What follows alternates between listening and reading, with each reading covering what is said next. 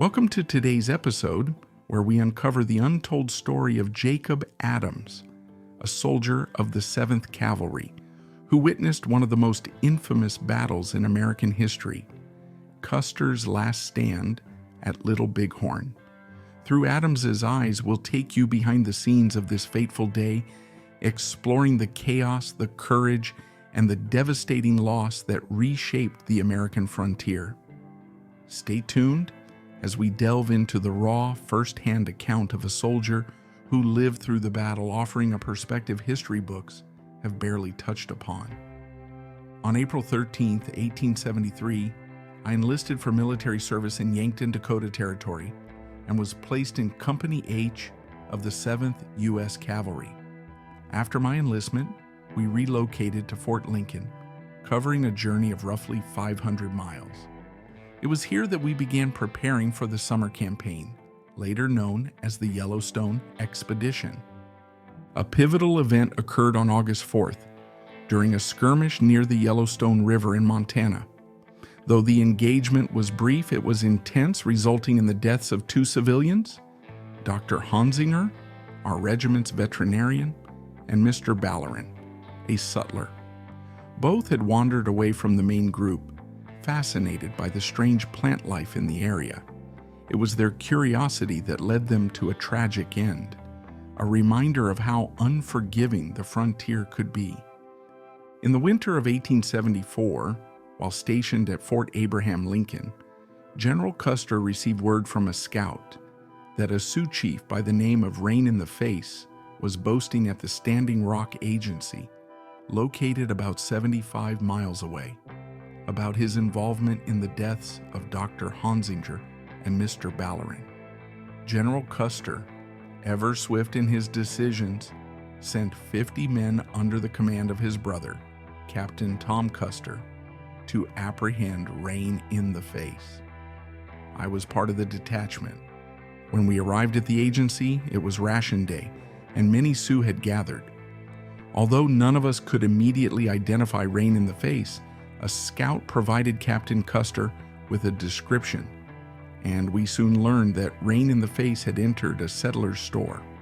Captain Custer, ever confident, strode into the store with a few men, arresting Rain in the Face as he stood at the counter. Though the Sioux present were clearly upset, no violence broke out, and Rain in the Face was brought back to Fort Abraham Lincoln, where he faced charges of murder. But Rain in the Face was not to remain in custody for long. Not long afterward, he managed to escape during a jailbreak involving 2 civilians who were also imprisoned. While at Fort Abraham Lincoln, Rain in the Face had befriended a private soldier who was jailed for a minor offense. This soldier often gave him tobacco and other small favors. It was a bond that would later take on a tragic significance. After escaping, Rain in the Face rejoined Sitting Bull, the great Sioux leader who was spearheading resistance against U.S. forces. The conflict between the U.S. government and the Sioux was more than just a war for land. It was a clash of cultures, values, and survival. For the Sioux, their way of life was at stake, and they fought with a ferocity that reflected this. By the spring of 1876, an expedition was once again organized under General George A. Custer, known as the Yellowstone and Bighorn Expedition. I once more found myself in the ranks of Company H, preparing for what was to come. We marched roughly 500 miles from Fort Lincoln to the Powder River, where we established a temporary camp. The march was grueling. The Montana plains stretched endlessly before us, a barren, unforgiving landscape. The heat of the day was suffocating, while the nights were bitterly cold.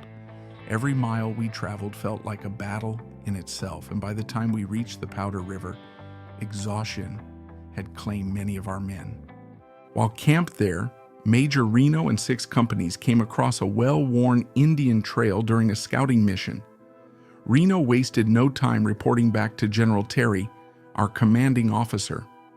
In response, General Terry formed a pack train, selecting 2 soldiers from each company. I was among those chosen for this detail, serving under Captain McDougall. On June 22nd, we packed our mules and set out at midday, covering about 12 miles before stopping to camp that evening.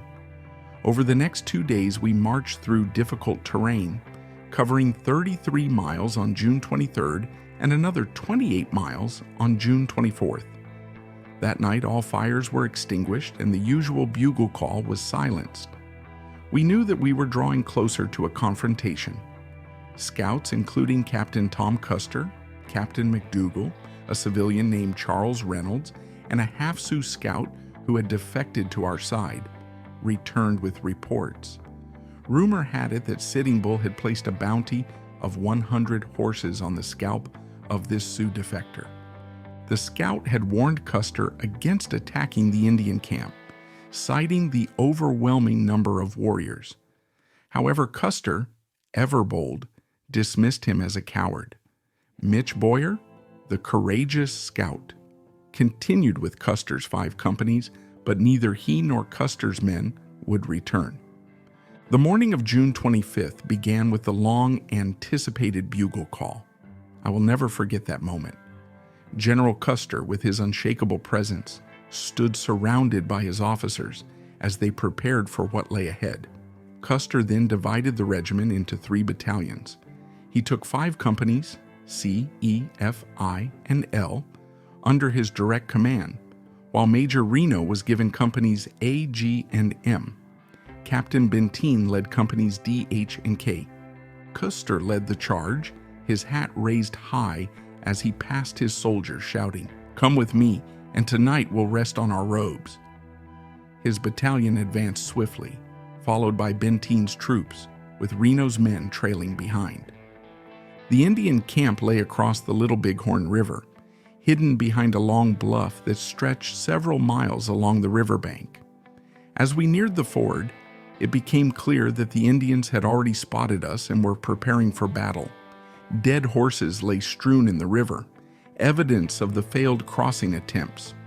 The troopers, shaken by the initial volleys, retreated about 300 yards to a small rise, where they prepared to make their final stand. When I arrived at the rise later, I was met with the devastating sight of fallen soldiers. General Custer's body lay alongside Captain Tom Custer, Boston Custer, the expedition's forage master, and Adjutant Cook. General Custer had been shot twice, once in the chest and once above his left eye. Blood still trickled down his face, staining his mustache and mouth. His body had been stripped save for his stockings. Captain Tom Custer had met an even more brutal end. His body was mutilated, scalped, and stripped of all clothing. Adjutant Cook, known for his long side whiskers, had even those cruelly scalped off. Every soldier in Custer's immediate group had been scalped and mutilated except for one. A private soldier who had shown kindness to Rain in the face during his imprisonment had been spared such indignities. His coat had been carefully draped over his face, as though shielding him from the harsh sun. Among the soldiers, the story of this private circulated like wildfire. Compassion in this case had saved him from the brutality that claimed the others. It was said that Rain in the Face had ordered his warriors to leave the man untouched, a rare act of mercy in such a bloody conflict. Only 2 men from Custer's battalion survived, Curley, a Crow scout, and John Martin, General Custer's orderly bugler. Curley had left the battleground before the final attack began, while Martin had been sent back with a dispatch. Neither man witnessed the massacre firsthand. Across the river, Reno and Benteen's forces faced their own horrors. Reno's initial charge was repelled, his men forced into the woods under heavy fire. Troopers were lassoed from their horses, dragged into the Indian village, and killed in hand-to-hand combat. It was Benteen's timely arrival that saved Reno's men from total destruction. The battle raged on throughout June 25th and into the following morning.